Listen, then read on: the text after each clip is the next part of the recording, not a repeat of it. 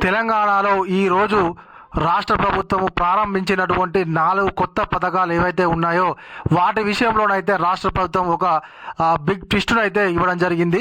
మరి కేవలము ఈరోజు ప్రారంభించినటువంటి పథకాలు ప్రారంభం మాత్రమే, కాకపోతే అమలుకు మాత్రం ఇంకా కొంచెం టైం పడుతుందని చెప్పేసి రాష్ట్ర ప్రభుత్వం చెప్పడం జరిగింది. మరి ఈరోజు ప్రారంభించినటువంటి ఈ 4 పథకాలు ఎక్కడెక్కడ అమలు కానున్నాయి, మరియు ఎందుకు ఆలస్యం కాబోతుంది, మరి అర్హుల జాబితా ఆల్రెడీ చెప్పిన తర్వాత కూడా ఎందుకు ఆలస్యం అవుతుందని చెప్పేసి రాష్ట్ర ప్రభుత్వం ప్రకటన చేసింది అనేటువంటి విషయాల గురించి అయితే మనం ఒకసారి ఈ వీడియోలో తెలుసుకుందాము. వీడియో కొంచెం లెంతీగా ఉంటుంది, తప్పకుండా మీరైతే చివరి వరకు చూడండి.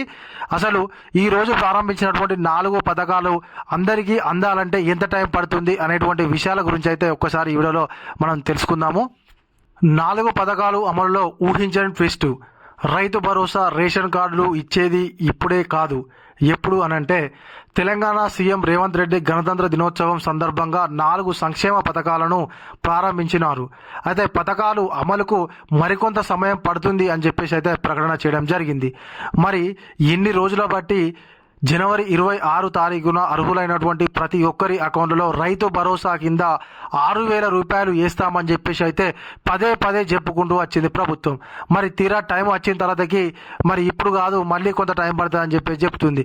మరి 15,000 రూపాయలు ఇస్తామన్నటువంటి రైతు భరోసా కాస్త 12,000 అయింది. ఆ 12,000 కాస్త మనకు 6,000 అయింది. ఈ 6,000 కూడా ఇంకా కూడా లేట్ జరుగుతుందని చెప్పేసి రాష్ట్ర ప్రభుత్వం ప్రకటన చేయడంలో అసలు దానిలో ఉన్న ఆంతర్యం ఏంటని చెప్పేసి మనకైతే అర్థమైతే లేదు. ఇంకా ఇందులో ఇంకొక ట్విస్ట్ కూడా ఉంది. ఈ యొక్క 4 పథకాలు కొన్ని గ్రామాలకు అమలు అవుతాయి. ఆ కొన్ని గ్రామాలు ఏవి ఏంది అనేది చూద్దాం. ఇప్పుడు తెలంగాణ రాష్ట్రంలో గణతంత్ర దినోత్సవం సందర్భంగా 4 సంక్షేమ పథకాలను నేడు లాంఛనంగా ప్రారంభించనున్నట్లు సీఎం రేవంత్ రెడ్డి ప్రకటించారు. అయితే ఈ పథకాలు పూర్తి స్థాయిలో అమలుకు మాత్రము మరికొంత సమయం అవసరమని అధికారులు తెలిపారు. నూతనంగా వచ్చిన లక్షలాది దరఖాస్తులను పరిశీలించి అర్హులను ఎంపిక చేసేందుకు ప్రభుత్వము 2 నెలల సమయం తీసుకోనుంది. ఈ విషయాన్ని CM Revanth Reddy deputy CM బట్టి విక్రమార్క కూడా స్పష్టం చేయడం జరిగింది. అయితే మళ్ళీ కొత్తగానైతే రేషన్ కార్డుల కోసం కానీ, మన యొక్క ఇందిరా మిన్ల కోసం కానీ, మరి రైతు భరోసా కోసం కానీ మళ్ళీ కొత్తగా అప్లై చేసుకోవడం జరిగింది. గతంలో మనకు ప్రజాపాలన పేరుతో అప్పుడు దరఖాస్తులు తీసుకున్నారు. మళ్ళీ ఇప్పుడు కొత్తగా గ్రామ సభల పేరుతో మళ్ళీ దరఖాస్తులు తీసుకున్నారు. ఈ దరఖాస్తులు తీసుకోవడం అయితే కామన్గా జరుగుతుంది తప్ప పథకాల అమలులోనైతే చాలా జాప్యం ఉంది. అయితే కొత్తగా వచ్చినటువంటి లక్షలాది దరఖాస్తుల నుంచి అర్హులను వాళ్ళు ఎంపిక చేయడం కోసం అయితే ఇంకా 2 నెలల సమయం పడుతుందని చెప్పేసి చెప్తున్నారు. అయితే ఈ 2 నెలల సమయం పడుతుంది అంటారు కరెక్టే, కానీ మరి వచ్చే నెల ఫిబ్రవరిలో మనకు స్థానిక సంస్థల ఎలక్షన్లు ఉంటాయని చెప్పేసి స్వయంగా ముఖ్యమంత్రి గారే ప్రకటన చేయడం జరిగింది. మరి ఇటు స్థానిక సంస్థల ఎలక్షన్లు జరుగుతున్నప్పుడు ఈ యొక్క పథకాల అమలు ఏ విధంగా జరుగుతుంది? మరి ఎలక్షన్ కోడ్ ఉంటుంది కదా. మరి రాష్ట్ర ప్రభుత్వం అసలు ఈ యొక్క సంక్షేమ పథకాలు కింది స్థాయి వరకు అమలు చేయడం కోసం ప్రారంభించిందా, లేకపోతే కేవలం ఏదో ప్రజలు అడుగుతున్నారు అసలు రాష్ట్ర ప్రభుత్వం ఎక్కిన కాంచెల్లి ఇస్తామన్నటువంటి ఏ ఒక్క పథకం కూడా అమలు చేయలేదు అనేటువంటి ఒక వ్యతిరేకత ప్రజల్లో ఉన్నది, దాన్ని పోగొట్టుకోవడం కోసమే ఈ యొక్క పథకాలు ఈరోజు ప్రారంభించిందా అనేటువంటిది అయితే ప్రతి ఒక్కరిలో ఈ యొక్క ప్రశ్న అయితే ఉత్పన్నమవుతుంది. అయితే గణతంత్ర దినోత్సవం సందర్భంగా హైదరాబాద్లోని కమాండ్ కంట్రోల్ సెంటర్లో సీఎం రేవంత్ రెడ్డి అధ్యక్షతన సమీక్షా సమావేశం జరిగింది. ఈ సమావేశంలో పథకాల ప్రారంభోత్సవం కోసం ఒక్కో జిల్లాలోని ఒక్కో గ్రామాన్ని ఎంపిక చేయాలని అధికారులకు సీఎం సూచించారు. పథకాలను ఫిబ్రవరి 1వ వారం నుంచి మార్చి 31లోగా అమలు చేయాలని సీఎం ఆదేశించారు. ఇక చూసిలా ఒక్కొక్క జిల్లాలో ఒక్కొక్క గ్రామాన్ని ఎంపిక చేసి ఆ గ్రామంలో మాత్రమే ఈ యొక్క 4 పథకాలు 100కు 100% అమలు అయిన తర్వాతకట ఫిబ్రవరి 1వ వారం నుంచి వెళ్ళి మార్చి లాస్ట్ వరకట అన్ని గ్రామాల్లో అమలు చేయడానికి రాష్ట్ర ప్రభుత్వం సిద్ధమవుతుందట. మరి మొదటగా కేవలం ఒక గ్రామాన్ని ఎంపిక చేసుకొని అందులో 100% అమలు చేసి తర్వాతకి మేము అంతటా చేస్తామనంటే ఏ విధంగా నమ్మాలి? ఇందులో నమ్మశక్యంగా ఏదైనా ఉందా అసలు అని రాష్ట్ర ప్రభుత్వాన్ని అయితే తెలంగాణ ప్రజలు అడుగుతున్నారు. మరి ఎందుకు కేవలము జిల్లాలో ఒక గ్రామాన్ని తీసుకున్నారు? సరే మండలానికి కనీసం ఒక 2-3 గ్రామాలు తీసుకొని వాటిని అమలు చేస్తే బాగుండేది కదా. అలా కాకుండా కనీసము ఆ మిగతా 3 పథకాలు కాకుండా రైతు భరోసానన్నా కూడా అందరి అకౌంట్లో వేస్తే అయిపోవు కదా. మిగతా 3 పథకాలు మీరన్నట్టుగా చేసిన అయిపో. కానీ కేవలము చెప్పడం తప్ప, మాటల్లో చెప్పడం తప్ప చేతల్లో చేయడంలోనైతే రాష్ట్ర ప్రభుత్వము చాలా వెనుకబడుతుంది. అయితే మనకు రైతు సంక్షేమ ప్రభుత్వం అని చెప్పుకుంటూ వచ్చినటువంటి ఈ యొక్క కాంగ్రెస్ ప్రభుత్వము రుణమాఫీ విషయంలో కూడా ఇదే ధోరణి అవలంబించింది. అయితే మొదట మనకు 2 లక్షల లోపు రుణమాఫీ కానటువంటి వాళ్ళకి చేస్తాము, తర్వాత 2 లక్షల పైన రుణమాఫీ చేస్తామన్నటువంటి ప్రభుత్వము, ఇంకా 2 లక్షల లోపు రుణమాఫీ కానటువంటి వాళ్ళే చాలా మంది ఉన్నారు. మనకు 4 దఫల్లో రుణమాఫీ జరిగినా కూడా ఇప్పటికి కూడా అర్హులు అయి ఉండి కూడా వాళ్ళ కుటుంబ నిర్ధారణ జరిగినా కూడా వాళ్ళకైతే 2 లక్షల రుణమాఫీ కాలేదు.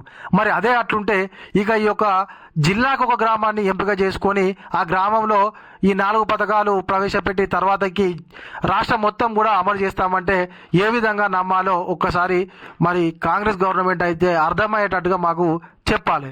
రైతు భరోసా, ఇందిరమ్మ ఆత్మీయ భరోసా, రేషన్ కార్డులు, ఇందిరమ్మ ఇండ్లు, ఈ 4 పథకాలు మేలు చేసే విధంగా అమలు చేయాలని ప్రభుత్వం లక్ష్యంగా పెట్టుకుంది. అయితే లబ్ధిదారుల ఎంపికకు మరింత జాగ్రత్తలు తీసుకుంటామని మంత్రి పొంగులేటి శ్రీనివాసరెడ్డి తెలిపారు. ఇప్పటికే ఈ పథకాల ప్రకటనపై ప్రజల్లో పెద్ద ఎత్తున ఆసక్తి నెలకొన్నప్పటికీ అమలు ఆలస్యం కావడం ప్రజల్లో కొంత అసంతృప్తికి దారితీస్తుంది. గ్రామ సభల ద్వారా ఎంపిక చేసిన జాబితాలో కొంతమంది అర్హుల పేర్లు లేకపోవడంతో ఆందోళనలు వ్యక్తమవుతున్నాయి. అయితే తాజాగా వెల్లడించిన లిస్టులో పేరు వచ్చినా సరే వారు అర్హులు అని చెప్పలేమని డిప్యూటీ సీఎం బట్టి విక్రమార్క గారు వెల్లడించారు. సుశీల, ఇదొకటి. అయితే మీరు అర్హులు అని చెప్పేసి రాష్ట్ర ప్రభుత్వమే ఒక లిస్టు పంపించింది.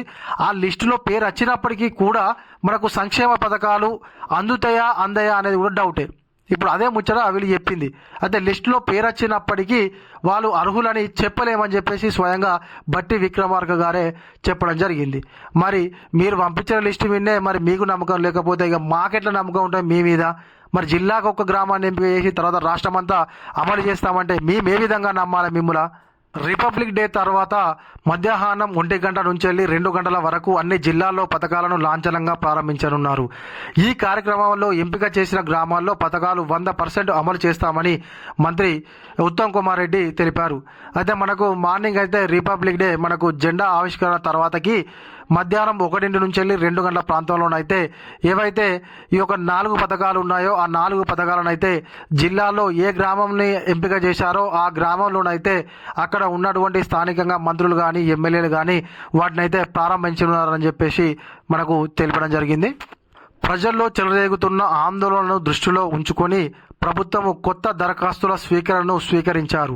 వాటి పరిశీలన పూర్తయ్యాక మరింత సమర్థవంతంగా లబ్ధిదారులను ఎంపిక చేస్తామని హామీ ఇచ్చింది.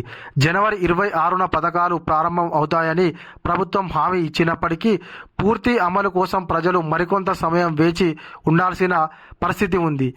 అయితే లక్షలాది దరఖాస్తులు వచ్చాయి. ఆ దరఖాస్తుల్లో అర్హులను గుర్తించడానికి మాకు 2 నెలల టైం పడుతుందని చెప్పేసి రాష్ట్ర ప్రభుత్వం ప్రకటన చేయడం జరిగింది. అయితే ఈ 2 నెలల కాలంలో మనకు స్థానిక సంస్థల ఎలక్షన్లు అయిపోతాయి. ఆ తర్వాత ఇక నువ్వెవరో నేనెవరో రామ్ అనేటువంటి ఆలోచనలో ఉన్నట్టుగానైతే అర్థమవుతుంది. లేకపోయి ఉంటే రాష్ట్ర ప్రభుత్వం తలుచుకుంటే ఇన్ని రోజులు అవసరమా? ఖచ్చితంగా అధికారులతో పని చేయాలనుకుంటే కనీసం ఒక 10-15 రోజుల్లో అర్హులను గుర్తించి ప్రతి ఒక్కరికి కూడా ఈ యొక్క సంక్షేమ పథకాల యొక్క ఫలాలను అందించవచ్చును. కాకపోతే రాష్ట్ర ప్రభుత్వం 2 నెలల సమయం ఎందుకు తీసుకుంటుందో ఒక్కసారి రాష్ట్రంలో ఉన్నటువంటి ప్రజలకు చెప్పాల్సినటువంటి బాధ్యత రాష్ట్ర ప్రభుత్వం మీదైతే ఉంది. ఈ యొక్క 4 పథకాలు ప్రతి ఒక్కరికి అందేంత వరకు అయితే ప్రభుత్వాన్ని ప్రశ్నిస్తాము. ఇందులోనైతే మీరు అందరూ నాకు సపోర్ట్ చేస్తారని చెప్పేసి నేను తప్పకుండా అనుకుంటున్నాను. ఈ వీడియో కనుక మీకు నచ్చినట్లయితే ఖచ్చితంగా ఒక లైక్ చేయండి, కామెంట్ చేయండి. ఇంకా మీలో ఎవరైనా మన ఛానల్ను సబ్స్క్రైబ్ చేసుకోకపోతే వెంటనే సబ్స్క్రైబ్ చేసుకొని పక్కనటువంటి గంట సింబల్ నొక్కండి. Thank you.